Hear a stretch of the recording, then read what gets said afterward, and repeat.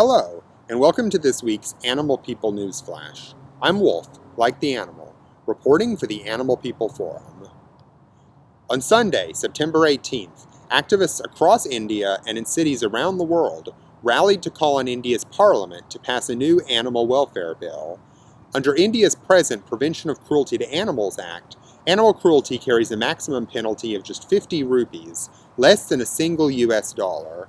This is in spite of the Indian Constitution's listing of compassion for animals as a fundamental civic duty.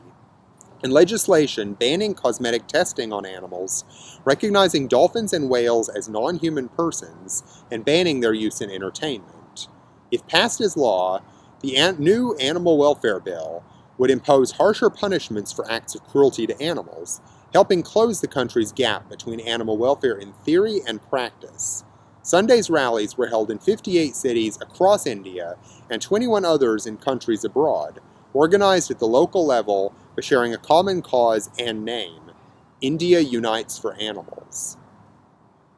U.S. Republican presidential candidate Donald Trump is drawing ire from animal rights and environmental activists.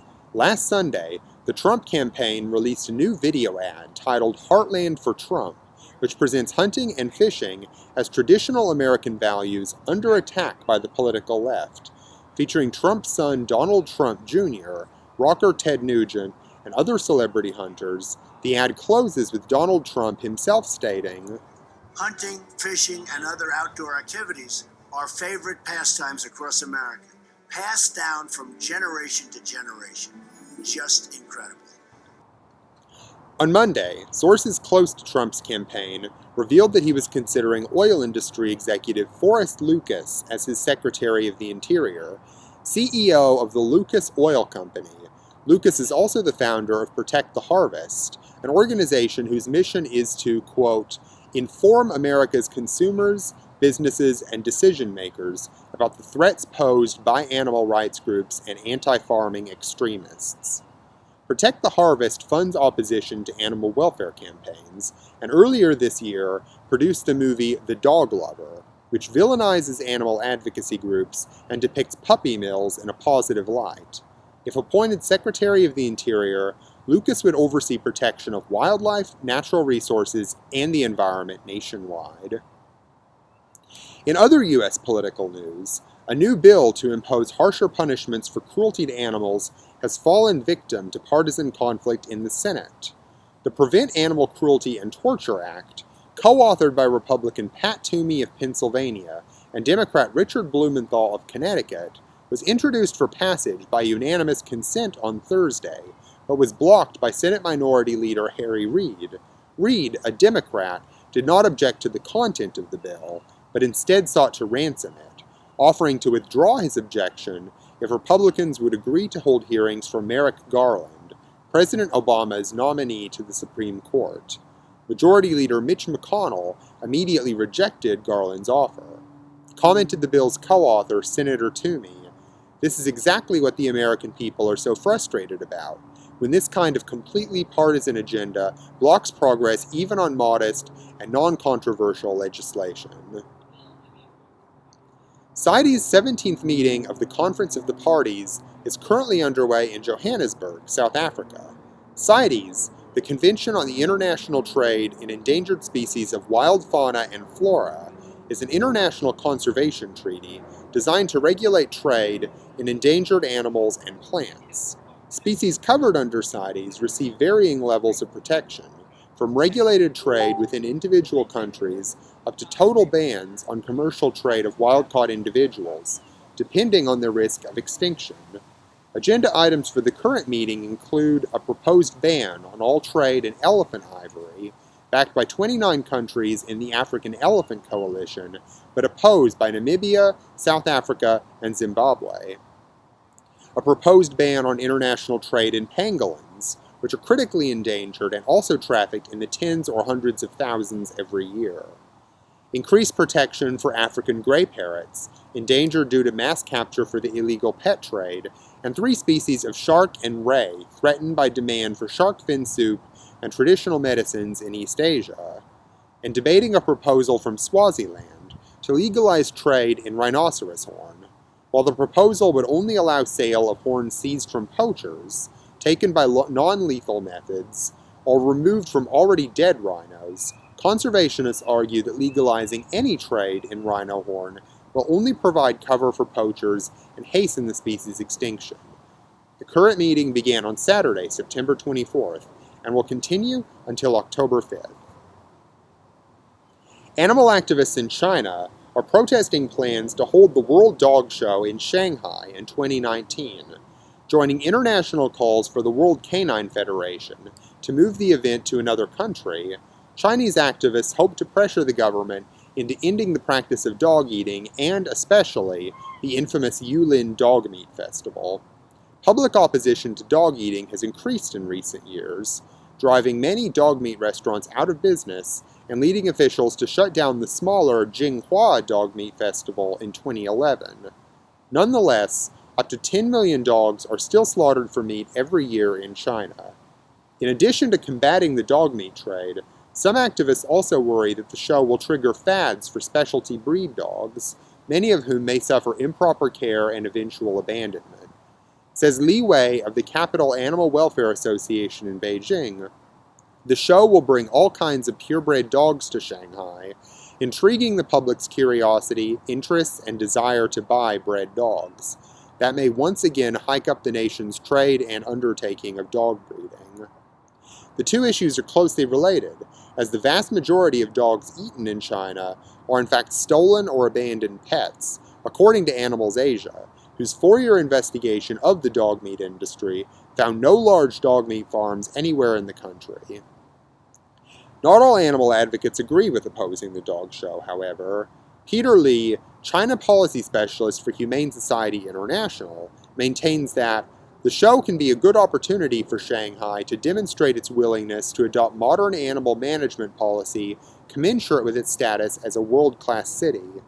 By encouraging the public to view dogs as companions rather than food, some argue that hosting the World Dog Show in China will effect greater positive change than pressuring its organizers to boycott the country. The European Commission has tightened regulations on imports of horse meat into the European Union, following investigations in Canada and Brazil, which show horses being abused or neglected before slaughter, or fed steroids and veterinary drugs banned in the EU. A majority of horses sourced from Canada are believed to originate in the United States. The Commission's new rules will enforce traceability by requiring that horses killed for European consumption first live a minimum of 6 months in the country of slaughter. Humane Society International expressed concerns that this requirement might actually worsen conditions for horses, stating, "We cautiously welcome the European Commission's move to tackle this issue. However, it mustn't be at the expense of horse welfare, which we fear will be seriously compromised if horses are held at feedlots for 6 months, waiting to be butchered for the European market." The government of Sweden has approved funding to reduce the use of animals in laboratory research.